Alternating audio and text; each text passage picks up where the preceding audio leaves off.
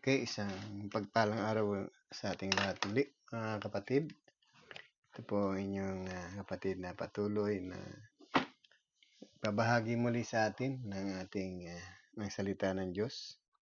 So, ito po yung Kohelet Ministry na patuloy na magbibigay sa atin ng karagdagang kaalaman tungkol sa salita ng ating Panginoon, especially sa pagkakaroon natin ng kaligtasan.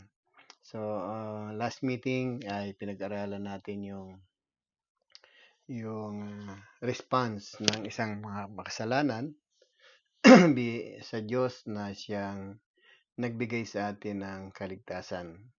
So, sa episode 44 na po tayo. So, tunghayan pa natin yung mga bagay na kailangan natin malaman upang tayo ay makareceive ng biyaya ng ating Panginoon na nagbibigay sa atin ng kaligtasan. So, maliwanag ang kaligtasan ay matatanmo natin kung matutugunan natin yung ginawa ng Panginoon na pagliligtas sa atin. So, kung meron tayong response sa ating Panginoon, so pag-aralan natin ay isa ay ang pananampalataya. So, last meeting, pinag-usapan natin na nalaman natin na maraming taong nananampalataya sa Diyos. Pero yung Diyos na kinikilala nila, hindi po yung Diyos na makapagbibigay ng buhay na walang hanggan.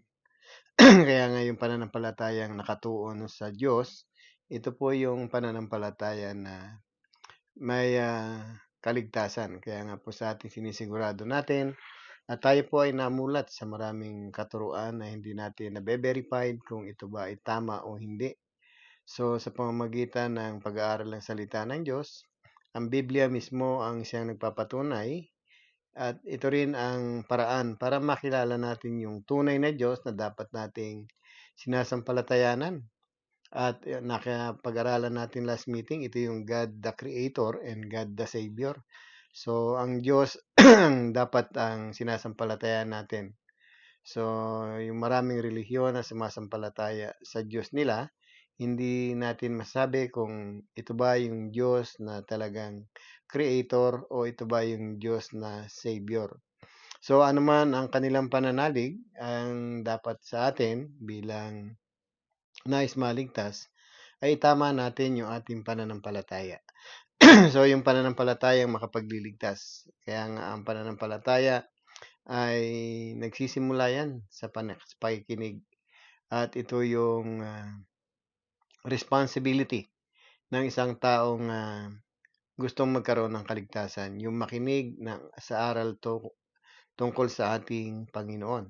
So, yung pananampalataya natin, hindi po nagmula minsan sa pakikinig. So, ang pananampalataya natin, minsan nagsimula yan by tradition, para bang ito yung ginagawa ng nanay ko, ng tatay ko, ng lolo ko, ng lola ko. Ito na rin yung gagawin ko. At pag pumunta tayo sa isang templo, isang simbahan, kung ano yung ginagawa nila, yun na rin ang ginagawa natin. So, minsan may danger po sa ganung bagay. Hindi po masamang sumunod sa magulang, pero kung ang pagsunod natin ay ikapapahamak natin, siguro kailangan din nating akayin yung mga magulang natin. Kaya nga sa pamamagitan ng salita ng Panginoon, ang pananampalataya na dapat meron tayo pala, yung pananampalataya sa Diyos. So, napag-usapan natin last meeting, ang Diyos na kinikilala natin ay walang iba kundi ang Diyos na may kapangyarihan magligtas sa atin. Sabi nga doon sa Hebrew 11:6, hindi kinalulugdan ng Diyos ang hindi nananalig sa Kanya.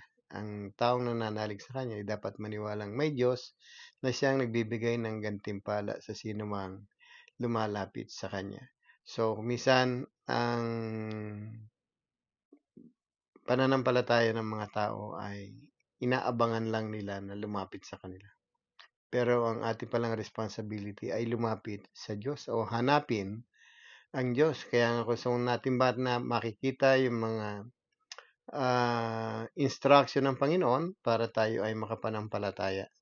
At paano ba natin may align ng tama yung pananampalataya natin? So, unang tamang pananampalataya, dapat ito ay nakatuon sa Diyos ayon sa Hebrew 11:6. Ang Diyos na lumikha ng lahat ng bagay, God the Creator, o ang Diyos na nagligtas sa atin o yung the Savior natin. Kaya nga sa pananampalataya na ito, paano ko matutunan yung Diyos na Creator and Savior? So, sabi nga ng Panginoon, dapat makinig tayo ng kanyang salita. At kung ibabase natin, para magkaroon tayo ng tamang pananalig, dapat pala ang pananampalataya natin ay nagmumula sa pakikinig. At ako nung na-time na nampalataya ako, yung tamang pananampalataya, nagsimula akong tanggapin yung mga nagtuturo sa akin. Ang prinsipyo ko noon, kung ito'y tama, susundin ko. Pero kung ito'y mali, hindi ko 'to susundin. So tayo naman ay may free will na tumanggi at sumunod. Kaya nga anuman ang desisyon natin, nasa atin yon. Pero after nang narinig natin yung salita ng Diyos, magkakaroon ka ngayon ng 50% na idea. Kung hindi man mas more than 50%, kahit 50% lang, idea na magkakaroon ka ng kaalaman tungkol sa tamang klase ng pananampalataya. Pero kung hindi ka makikinig, magkakaroon ka lang ng 0% na chance para magkaroon ka ng tunay na pananampalataya. Kaya nga sa atin, sa ating ginagawa, ang prinsipyo ko, i-share ko ito sa marami, makinig ka man o hindi, tumugon ka man o hindi, ang responsibility ko ay nagawa ko na bilang nakakaalam kung ano yung tamang pananampalataya na makapagliligtas sa atin. Marami din taong nag-share sa atin ng pananalig nila. Yayakagin nila tayo sa kanilang grupo, yayakagin nila tayo sumama sa kanila. Pero ang hindi napapansin, hindi pala yung salita ng Diyos ang naririnig nila para sila ay lumago sa pananampalataya, kundi yung relationship nila sa tao. At yung tao na yan, kung sa kadalhin, sunod-sunod ka na lang. So, may danger din po doon sa ganong klaseng pananampalataya. Pero tunghayan natin ang sinasabi ng Panginoon sa pamamagitan ni Pablo sa banal na kasulatan. Paano ba sumisibol ang pananampalataya natin? Sabi na ni Pablo dito sa Romans 10 verse 17, kaya't ang pananampalataya ay bunga ng pakikinig at makakapakinig lamang kung may mga ngaral tungkol kay Kristo. So, mapapansin natin dito, ang pananampalataya ay sumisibol o nagsisimula kung meron tayong napakinggang aral tungkol kay Kristo. Kaya nga yung aral na yan ay magmumula yan sa mga tagapangaral ng ating Panginoon. So, titingnan natin saan ba nagsimulang, sino ba unang nagmana ng aral ng ating Panginoon. So, ito yung nakasakasama ng ating Panginoon that time. Ito yung mga apostol. Si Pablo, hindi siya nakasama ng Panginoon, pero meron siyang extraordinary encounter sa Panginoon nung siya papuntang Damascus, ay nagpakita siya sa kanya ang Panginoon at nagsimula rito ang kanyang paglilingkod sa ating Panginoon. So, ang pananampalatayang itinuturo na ni Paul, ni Saulo siya dati, pero nung siya naka-encounter sa Panginoon, naging Pablo na siya, ay yung pananampalatayang pagsunod sa lumang tipan, pagsunod sa kautusan. Pero yung pananampalataya na yon ay nabago dahil nung nakilala niya ang Panginoon. Nung napakita sa kanya ang Panginoon at simula nung siya nabautismuhan, ay nakapagturo na siya ng mga bagay tungkol sa biyaya ng ating Panginoon. Kaya nga yung pananampalataya rito ay magmumula yan sa mga tagapangaral ng Panginoon. So maraming nakapakinig sa ating Panginoon at meron siyang na-disciple. Kaya nga yung disciples ng Panginoon, number one ituturo niya sa tao, ay yung makilala nila yung Diyos na siyang magliligtas sa atin at Diyos na dapat sinasamba ng tao. Kaya nga sa atin bilang mga lingkod ng ating Panginoon, ang lagi nating tinuturo ay sino ba yung tunay na Diyos na dapat sambahin at sino ba yung Diyos na makapagliligtas sa atin. Kaya nga kung merong tugon sa pakaligtasan, ito yung pananampalataya. Pero kung ang pananampalataya natin hindi natin nakilala ang Panginoon na siyang tagapagligtas, wala pong saysay ang pananampalataya natin na yon. Kaya nga dito, tinuturo sa aklat ng Roman, sabi ni Paul dito, at ang pananampalataya ay bunga ng pakikinig. So maghahanap ngayon pala tayo ng tagapangaral na ang tinuturo ay yung kaligtasan. Kasi ang goal po ng Panginoon nung siya'y nagkatawang tao, para iligtas tayo. Kaya nga yung maging maliwanag sa atin yung salvation, kung meron ba tayo o wala, ay nakabase yan sa iyong pagkilala doon sa ating Panginoon na siyang nagligtas sa atin.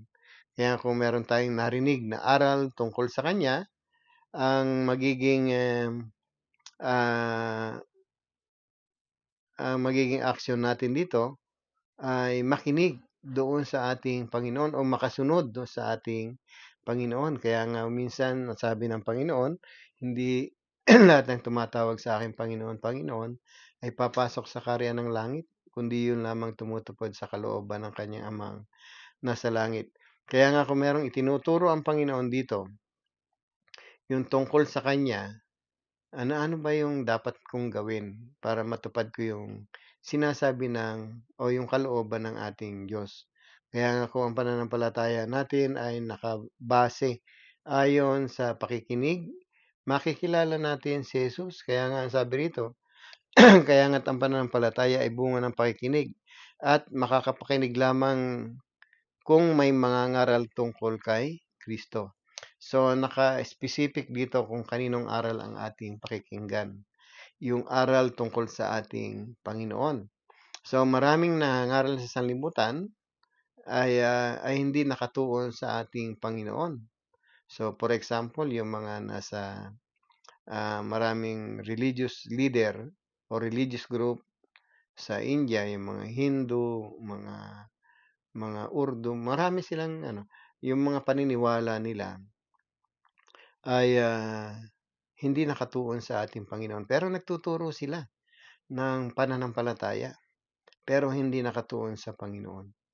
At marami pang iba, hindi wag na nating pag-usapan, kayo na lang magsaliksik ng so many religion na hindi nakatuon ang mga aral tungkol sa ating Panginoon. Kaya nga dito mahalaga na kaninong aral ba ang tinanggap natin at kasinong mangaral ba ang nagtuturo sa atin. So obviously na kung ang gusto nating kaligtasan, mangangaral po ito ng Diyos o mangangaral ng ating Panginoon na daladala niya yung maliwanag na teaching about salvation. Kaya nga sa atin ang salvation kasi ito yung number one na kailangang mangyari sa sino mang mananampalataya.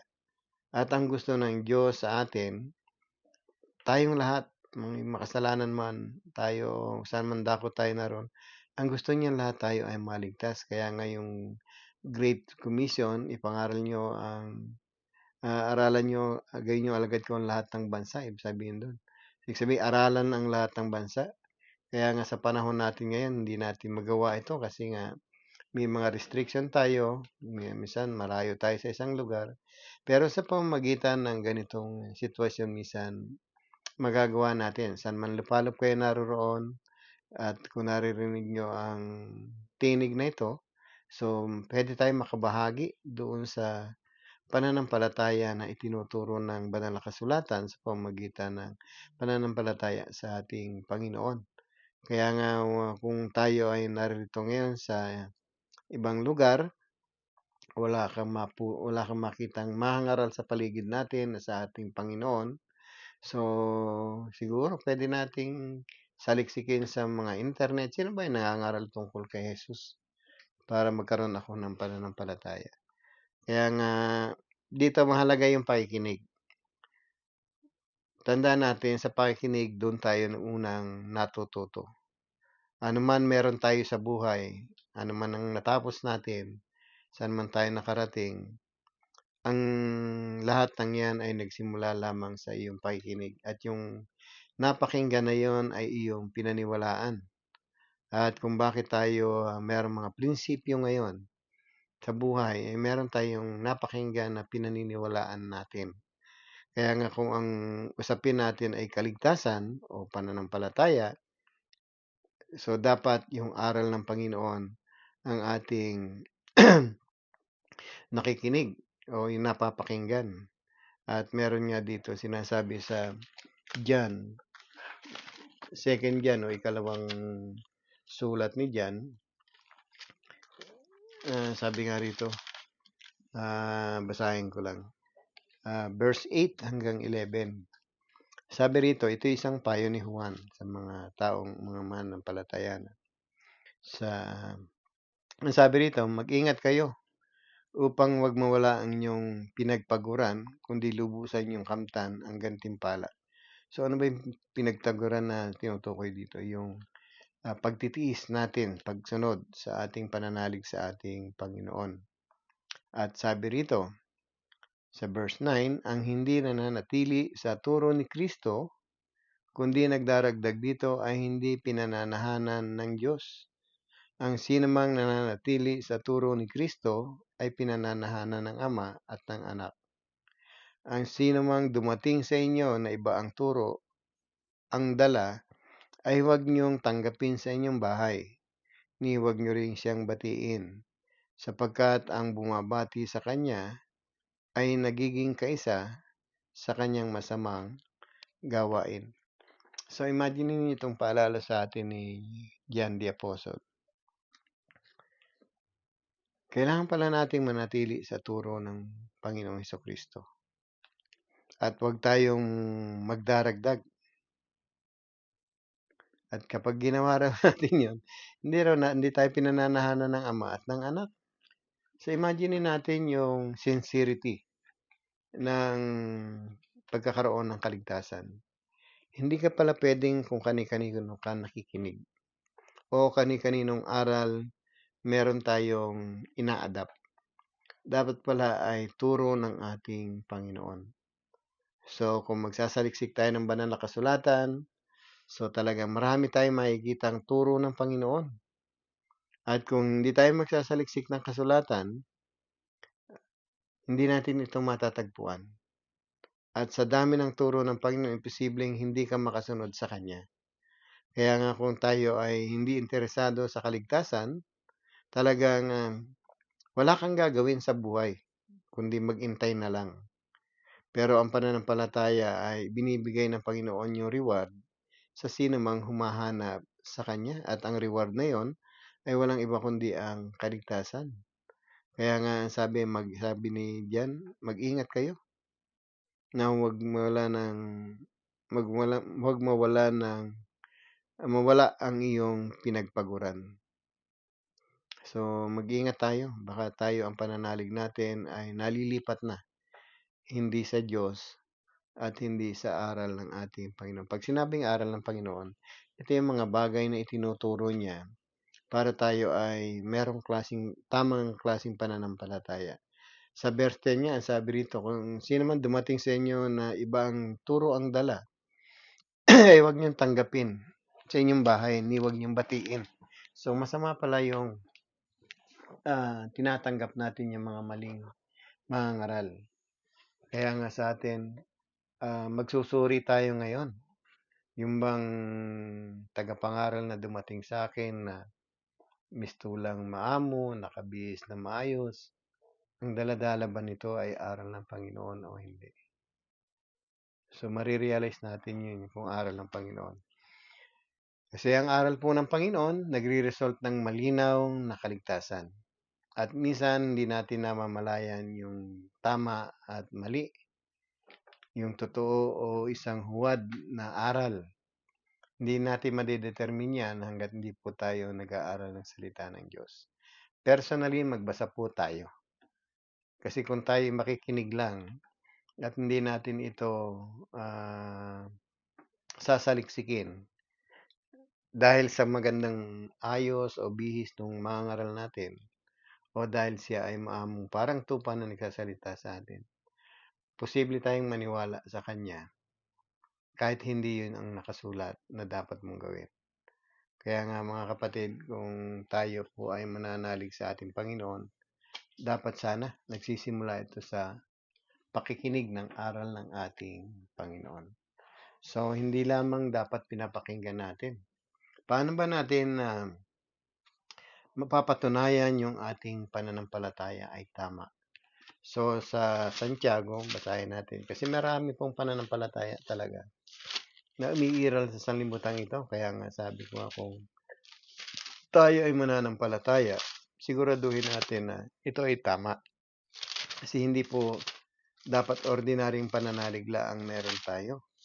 Sa James chapter 2 verse 18 to 20, sabi rito. Kasi ito yung isang klaseng pananampalataya na hindi natin dapat ginagawa. At isa rin, meron din ditong klaseng pananampalataya na dapat nating ginagawa. Sabi dito sa verse 18 ng James chapter 2, ngunit may nagsasabi, may pananampalataya ka at may gawa ako. Sagot ko naman, ipakita mo sa akin ang iyong pananampalatayang wala kang kalakip na gawa, at ipakikita ko naman sa iyo ang sa pamamagitan ng aking mga gawa ang aking pananampalataya. Verse 19, sumasampalataya ka sa iisang Diyos, hindi ba? Mabuti iyan. Ang mga demonyo man ay sumasampalataya rin at nangangatal pa. Verse 20, ibig mo pa bang patunayan ko sa iyo o hangal na walang kabuluhan ang pananampalatayang walang kalakip na gawa. So, tandaan natin kung ang John 3:16 ay general faith na tinatawag. So, ibig sabihin kung lahat ng klase ng pananampalataya ay i-apply natin sa John 3:16 para magkaroon tayo ng buhay na walang hanggan at hindi mapahamak. So, si Satanas pala magiging kasama natin sa langit. Kasi si Satanas o ang demonyo, sabi rito, nananampalataya din siya, nangangatal pa. So, kung titingnan natin dito, yung John 3:16 pala, pag hindi natin naintindihan, ito pala ang hinahanap dito, yung pananampalatayang may kalakip na gawa. Hindi po pananampalatayang ordinaryo na nagpupuri ka, sumasamba ka sa Diyos, kahit hindi mo kilala, nandiyan ka, kahit hindi tama yung iyong aral na narinig, na andyan ka. So, ito pala yung dalawang klaseng pananampalataya. May gawa at walang kalakip na gawa. Kaya nga sa atin, kung ang pananampalataya natin ay walang kalakip na gawa, walang pinagkaiba po yan sa pananampalataya ni Satan. Minsan, si Satan, mas mataas yung pananalig niya sa atin. Imagine niyo rito, sabi rito, ang mga demonyo ang mga demonyo man ay nananampalataya din. Nangangatal pa. Nangangatal pa yung diablo, yung demonyo o Satanas. At meron siyang pananalig sa Diyos, may paniniwala. So, ang wala lang kay Satanas ay yung pagsunod sa mga bagay na nais ng Diyos. So, tandaan natin, hindi naman siya dating original na pagkalikaan ng Diyos kay Satanas. Hindi naman siya katulad ng nakikilala natin ngayon. Siya ay isang anghel din ng Diyos na nagrebelde sa Diyos. So, una, hindi siya rebellious angel. Pero dumating sa point, nagkaroon siya ng pride, gusto niya yung pagpuri ng mga tao ay mapunta sa kanya, gusto niya yung karangalan para sa Diyos ay mapunta sa kanya. So, gumawa siya ng paraan para siya yung purihin ng tao. Kaya nga sa atin, ang pananampalataya ba natin ay katulad ng kay Satanas? O higit pa yung pananampalataya ni Satanas? Minsan yung tao hindi na natatakot sa Diyos. Actually, bakit ba nangangatal si Satanas? Alam niya na ang Diyos na dapat sampalatayan natin ay makapangyarihan. Alam niya yung Diyos na lumikha ng lahat ng bagay ay makapangyarihan na walang katulad. Minsan naihahambing natin ang Diyos kay Satanas, yung opposite. Alam niya ba walang kapantay o walang kahalintulad ng ating Panginoon. So mga kapatid, so ang hinahanap pala ng Diyos sa John 3:16 ay pananampalatayang may kalakip na gawa. At yung mga gawa na yon ay hindi gawa ng mga kamay natin para tayo ay maligtas. So, andiyan na yung kaligtasan. Ang kailangan lang natin ay tanggapin ito sa pamamagitan ng pananampalataya. At yung pananampalataya niyan, uutusan kanyang kumilos para matanggap mo siya. Ito pa yung itinuturing na gawa. Kasabi nga doon sa verse 26 ng Santiago, chapter 2. Sabi nga doon, ay patay ang katawang hiwalay sa espiritu, gayon din naman patay ang pananampalatayang hiwalay sa gawa. So, hindi po ito save by works. Minsan, baka misinterpret natin po ito. So, yung pagkilos natin na itinuturo ng pananalig sa atin, yun po yung dapat natin gawin. So, tayo po ay kinakailangan makinig ng salita ng Diyos para magkaroon tayo ng pananampalataya. So, ano ba yung pananampalataya na kailangan natin? So, nakita natin, pananampalatayang may kalakip na gawa. So, ang pananampalataya po ay may mga elemento. So, merong 2 elements of faith na tinatawag. Ang una, yung intellectual belief. Pangalawa, yung obedient faith. Intellectual belief, yung maniwala sa turo na nakalahad sa banal na kasulatan. Ito po yung pinagagawa sa atin. At ang obedient faith ay sundin yung mga turo ni Kristo. Ito po yung pinagagawa sa atin. Kaya ngayong pananampalataya natin, bilang response natin sa salvation, kailangan nating maniwala sa turo ng ating Panginoon. At sundin natin yung kanyang turo para magkaroon tayo ng buhay na walang hanggan. Imaginein mo na ang Panginoon ang magliligtas sa iyo. Ang sabi, dito ka sa kanan. Dahil wala kang intellectual belief, hindi mo alam kung saan ka maniniwala, sa kaliwa ba o sa kanan. Doon ka nagpunta sa kanan ngayon. Sinasabi ng kasulatan ay sundin si Kristo. Sabi ni Kristo, dito ka sa kanan. So, hindi ka ngayon nagpunta sa kanan. So, wala kang gawa. Hindi ka sumunod doon sa ipinagagawa sa turo ni Kristo. So, para bang dahil doon sa kakulangan natin ng kaalaman tungkol sa kasulatan, hindi ka ngayon makakasunod sa ating Panginoon para maituring natin, ito yung pinagagawa sa akin ni Kristo. Dito pala dapat ako sa kanan. Hindi pala ako dapat sa kaliwa. So, talo po yung walang kaalaman tungkol sa salita ng Diyos at walang alam sa sulat sa banal na kasulatan. Talo po lagi siya. Wala siyang option. Either na tabla, talo lagi siya. Bakit ka makakatabla? Kung bandang huli magkaroon ka ng faith at nagkaroon ka ng kaligtasan. Kasi may taong nagtiyaga ng ulit para magsalita tungkol sa ating Panginoon. Di ba? So, laging talo ang walang naririnig na ano. Pero darating sa point na magwawagi ka, kung ikaw ay magkakaroon ng kaalaman tungkol sa kanyang salita, at after na nalaman ngayon, so ito na yung action na tinatawag. Susunod ako sa sinasabi ng tagapagligtas ko. Ito pala yung sinasabi ng aking tagapagligtas. Susundin ko ito. So remember, yung kaligtasan ay ready na. Kahit may pangalan yan, ay para sa iyo yan. Subalit kung hindi ka kikilos para tanggapin yung kaligtasan na yan, wala ito sa iyo. Kaya nga, is a choice, is a great decision kung gusto nating maligtas o hindi. Kaya nga sa ating pag-aaral, lagi nating intindihin na ang Diyos ay nagbigay sa atin ng banal na kasulatan. Nagbigay sa atin ng instruction para ibatay natin doon yung ating pananalig. Kaya nga yung false faith, hindi po yan makapagdadala ng buhay na walang hanggan. Yung true faith, meron pong faith na nagbibigay ng buhay na walang hanggan. So, tandaan natin, kailangan nating makinig ng aral tungkol sa ating Panginoon. So mga kapatid, hanggang dito muna tayo at sana sa kapirasong message na ito ay na napag-alaman natin o sana napukaw tayo na mahalaga pala yung pananampalataya do sa tamang sinasampalatayanan.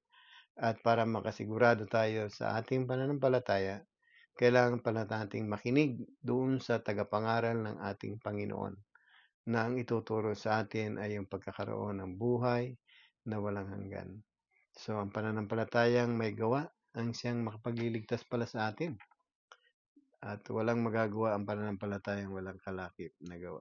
So, mga kapatid, pag-aralan natin sa susunod ang mga naidudulot ng pananampalataya at yung elemento ng pananalig natin sa ating Panginoon. Hanggang sa muli ay magkita-kita tayo. Purihin natin ang Panginoon dahil sa kanyang kabutihan sa atin, hindi niya inialaw na ah, mapahamak tayong lahat. Binigyan niya tayo ng reference. Ito yung banal na kasulatan para maitama natin yung ating pananalig sa ating Panginoon. Muli ay inaanya ko kayo sa darating na ah, susunod na episode na muli ay magsama-sama tayong uling makinig. Purihin natin ang Panginoon at sumainyo ang pagpapala, pag-iingat ng ating Panginoon. God bless po sa ating lahat.